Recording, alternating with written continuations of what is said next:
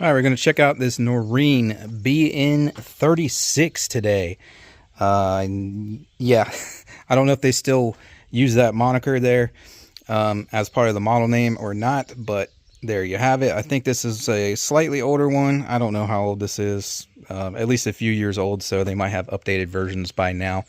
But this is basically, in essence, an AR-10 that shoots 30-06. And this is on loan today by John at Boomstick 22LR. Really appreciate him loaning it for the review. Make sure you go and check him out. But yeah, 30-06 semi-automatic, side charging. We got a 20 round mag with this one. They have different options, 5, 10, 15, 20, something like that. And this is a 16-inch carbine. And you do have a muzzle brake there.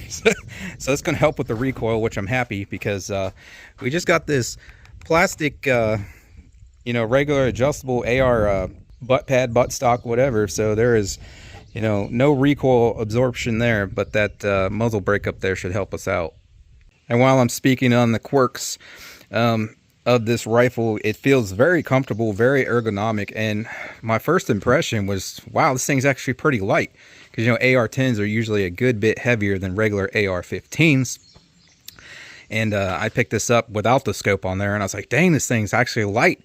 Especially being chambered in 30-06, and they come in right at about 7 pounds. So they are surprisingly light. Now I got a 2.5 pound scope up on there. So that's going to help with recoil a little bit too. But at the end of the video, I'm going to have some closer range red dot sight shooting up for you guys as well, not just a long range shooting here. But anyways, we're starting out here with the scope, see how she shoots. So got my target set up there at 100 yards, shoot and see.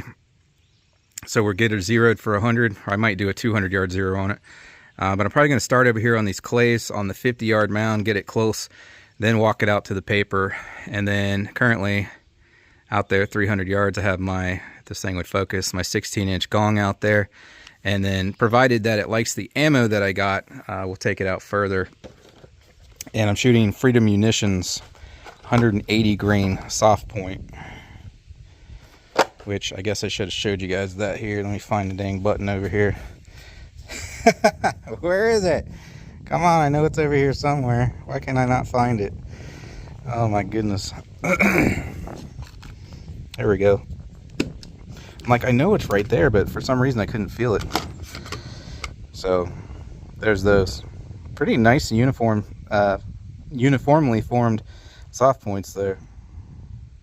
So hopefully it likes those and shoots them good for us. Oh my God. And man, that sucker was loud. Recoil was surprisingly light. It was actually lighter. Come on. Then this AR-10 here, 308, I was just shooting. I was shooting that with 150 grain, and we got 180s in that, but the recoil's lighter on that, so that muzzle brake there is doing wonders. Very light recoil, especially for 30-06. I was just a little surprised by how loud it was from that muzzle brake there, and some gases came out, obviously, as it's designed to do, but that's pretty close, so I'm going to go ahead and hit the paper out here at 100, and then we'll fine-tune it. So as you can see, we got a few existing holes there. I'm going to go ahead and go for that top red dot.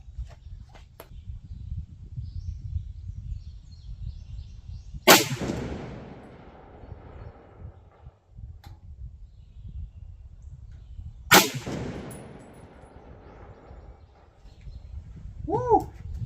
Well, so far she seems accurate. Put two right next to each other down there at 100 yards, and these are literally my first shots, other than that one on the clay.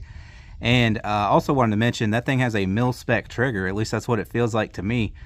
So she's heavy and creepy, and still did that. So it's looking promising, but obviously we're low right there. So let me give some adjustments on the scope to get her zero down there.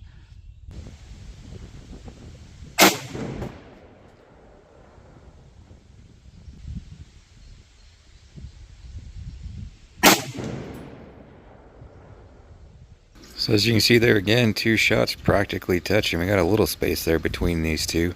So it seems to be a pretty dang accurate rifle down here, 100 yards. Right now I'm making some adjustments to get it closer to sighted in there. And you're going to see 3 rapid shots coming up on that top dot. Still accurate for rapid fire.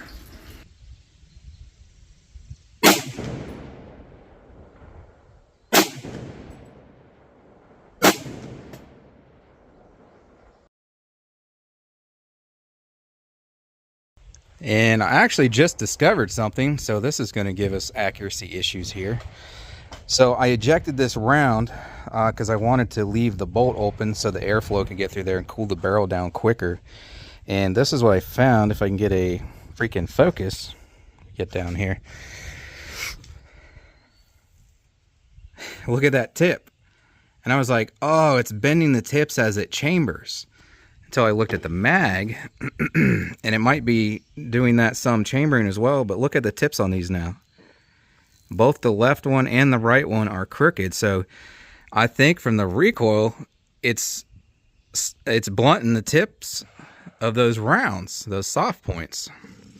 So I pulled these out of the box. This is almost half a box here, and you can see how nice and pointy and uniform those are by comparison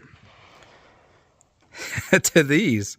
So that's definitely going to cause you some accuracy issues. So now knowing that, that's actually pretty freaking good for 100 yards. So future reference, I'm definitely not going to want to run soft points in this because that's definitely going to cause us some accuracy issues. It could even cause it potentially some chambering issues, but so far it's ran 100%. So, but yeah, that's a huge letdown. I wish I had FMJ or something. And I just grabbed these because it's what I could find that was affordable. But yeah, that's definitely a problem. So super impressed with the accuracy down there, considering that. And it might be okay at 100 yards like that, but further out, that bullet's going to start to destabilize and wobble due to that. So I might have to single load each round if we start having accuracy issues further out to avoid that. And again, that's no real fault of the gun because it's happening in the magazine here. So the lead on these is too soft. So when they rock back and forth from the recoil, it's blunting the nose of them there. So I'd imagine the ones that are at the bottom are going to be worse because they're getting shaken up more than the ones at the top. So that might explain why we started out 2 shots practically touching and now my groups are opening up on me.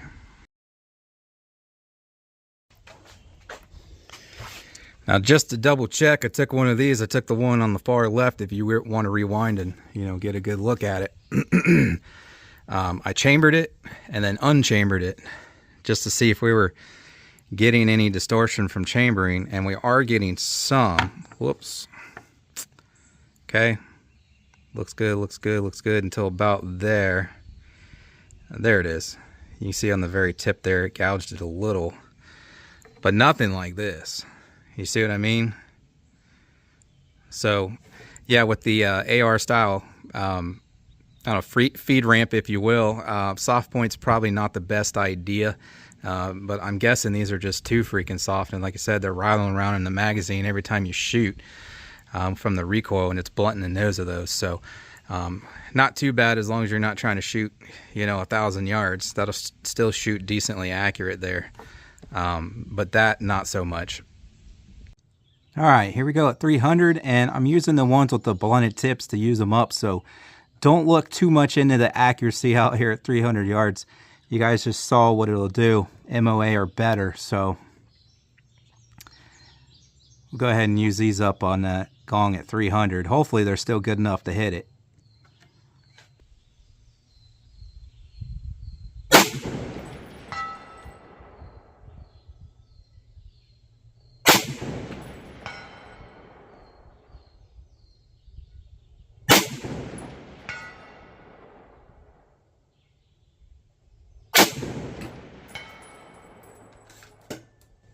She's a wiggling. Alrighty, here we go at 500 yards. Same 16-inch target.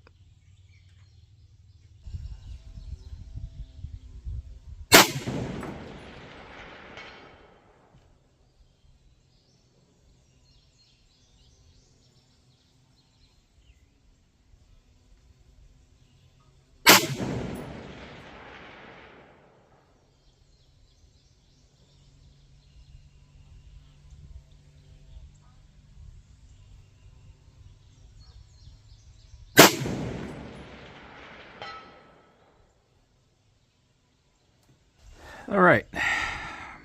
So I could see way more than you guys could, but man, it's like the focus is so terrible on this now. I don't know why. I used to be able to see pretty good through this. Anyways, obviously we're clearly averaging off to the right out there. I missed that second shot just barely off the right edge, and that first and third shots off to the right there too. There is a little bit of wind, but it was, I thought, blowing the other way unless it changed direction on us. But anyways, we're getting on and out there at 500. Definitely needs some fine tuning. Also, I fed those straight from the mag since it wasn't a full mag. And again, we're going to do 3 here. I can't remember if I just did 3 or 4 out there. It was 3, yeah. So they're not going to get knocked around too much on that soft point there because I'm only loading 3 up and shooting 3 at a time. So these are feeding from the mag, so we're going to get a little distortion of that nose there. So keep that in mind as far as accuracy goes out there. But we're hitting it. So I gave her 3 clicks to the left, and hopefully that'll get us better centered there.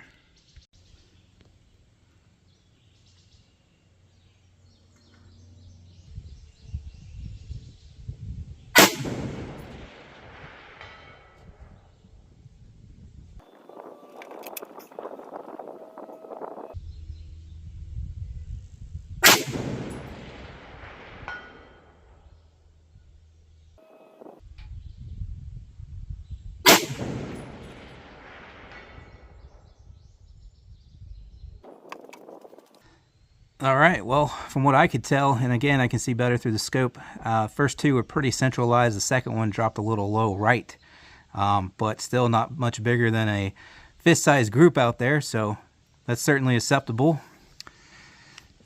Especially with the tips of those soft points getting messed up, rather. And soft points are not really for long range. They're more, you know, hunting ammunition. The BC on them is not that great. And I'm just shooting off a bag here, no rear rest or anything. So, yeah, there you go. 500 yards, no problem.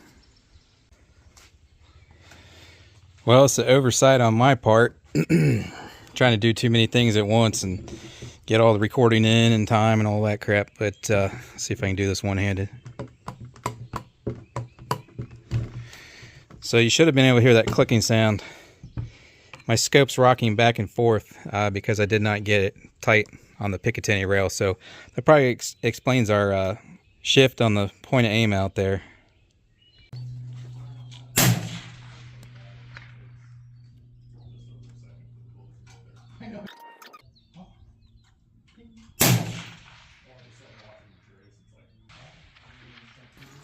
Here we are, 600 yards, second plate from the right, and it's a 12 by 12 inch plate.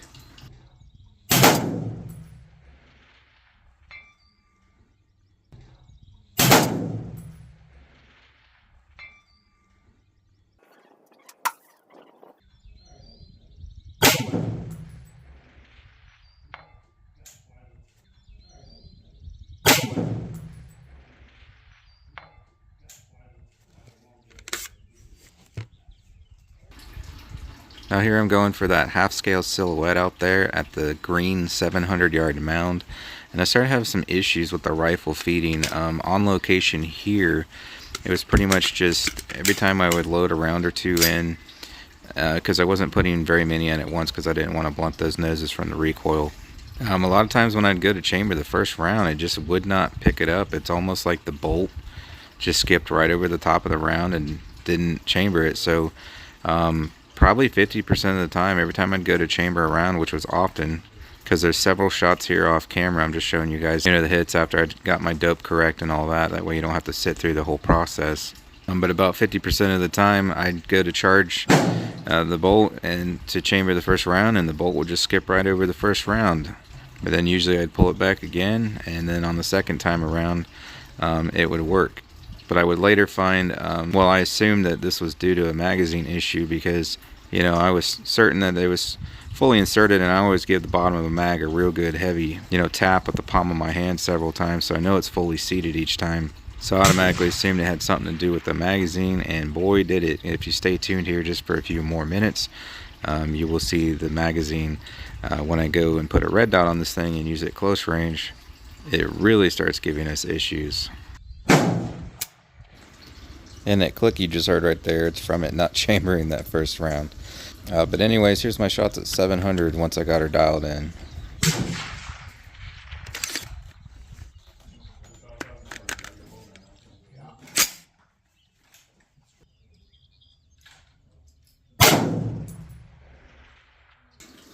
All that dust you see under the target, that's from the bullet impacting the steel and shattering.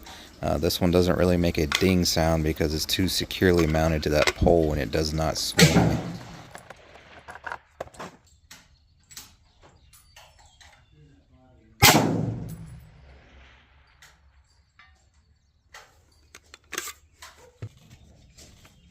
Now here I am at 1,000 yards aiming at that little tiny white dot under the number 15 there at 1,000 yards.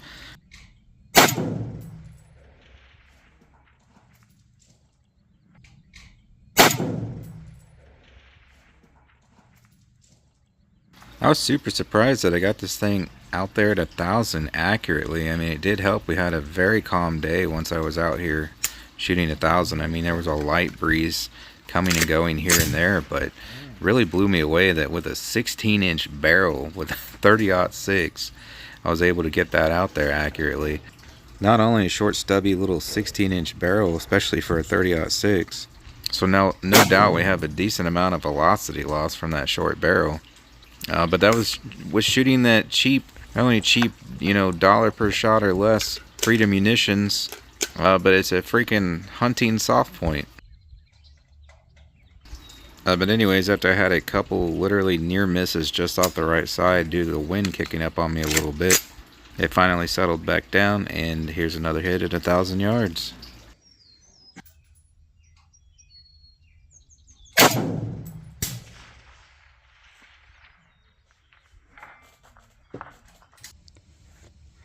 I got this red dot mounted up here. I'm gonna get it zeroed in real quick and just shoulder fire, kind of like a more of a standard, you know, tactical AR type scenario there. See how it does with that 30-06. So start out here 25 yards, get this thing rudimentarily zeroed, and hit some of the steel out here.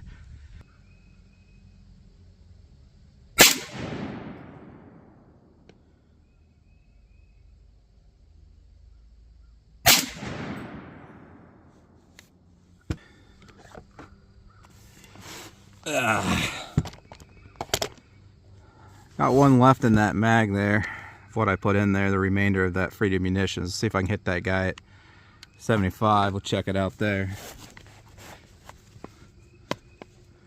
Half scale silhouette.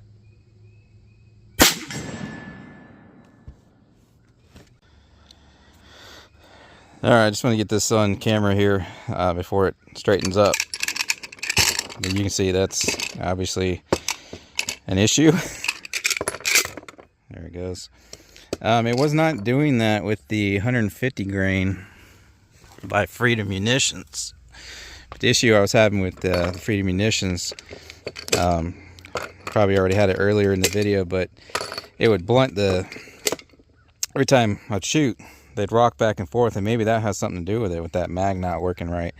They were rocking around in there, and the tips, they were real pointed compared to this, instead of having that round nose. And they were bending the tips of the soft points of the Freedom munition, the 150 grain. So I started loading them 2 and 3 at a time. That way I didn't have a whole mag that was all bent up. And a lot of times when I'd go to charge the bolt, it would just for some reason skip over the first round about 50% of the time if I only put 2 or 3 of them in there. So that was the issue I had with the Freedom munitions. Well, 2 issues, I guess. It was blunting the noses of them, but you know, maybe you can just blame that on the ammo, because you know, 30-06 usually this real fat round nose, and those things were pointed almost like a 6.5 Creed that I was using by Freedom. But now I'm having this issue here, which I did not have with the excuse me, the Freedom. The mag keeps getting caught up in there, and I keep tapping it every few rounds too, which I did not have to do that with the Freedom. But even with tapping it, I'm going to try to get this on camera for you guys. Even tapping it every couple of rounds, I'm still having that issue. So See how it was wiggling, now it's not, so we got good pressure there. And yep, there it went again. So just sliding out.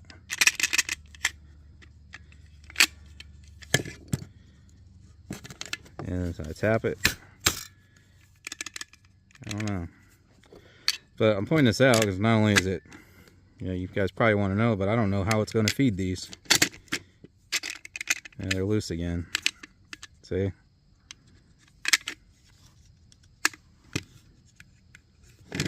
Let's see if I push them out.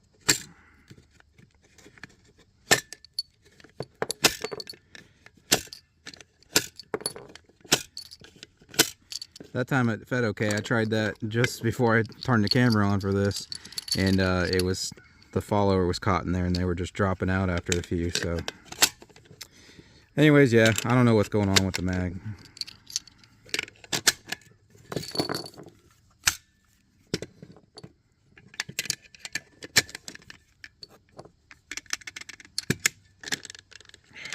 Look at that.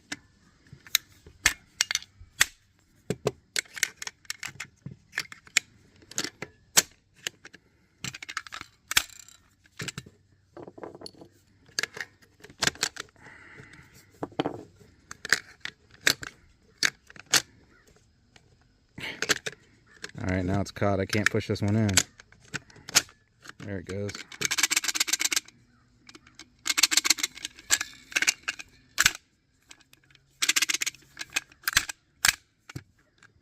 Yeah, I don't know.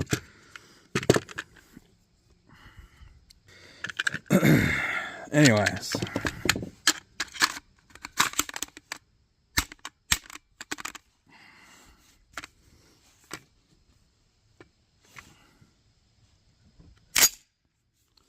Well, picked it up.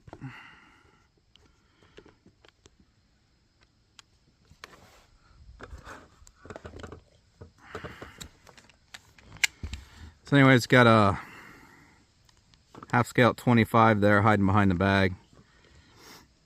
Half scale 75. It's about an 8-inch plate in front of it at 50, and then my 16-inch out there at 100.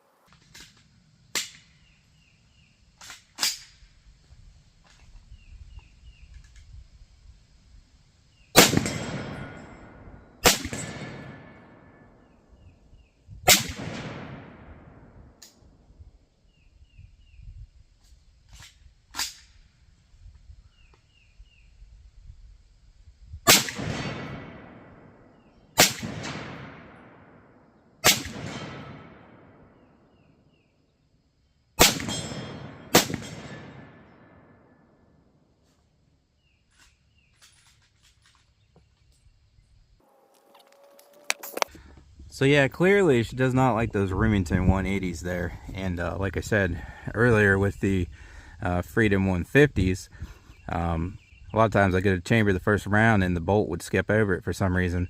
Again, I'm going with mag issues because clearly something's going on with that mag.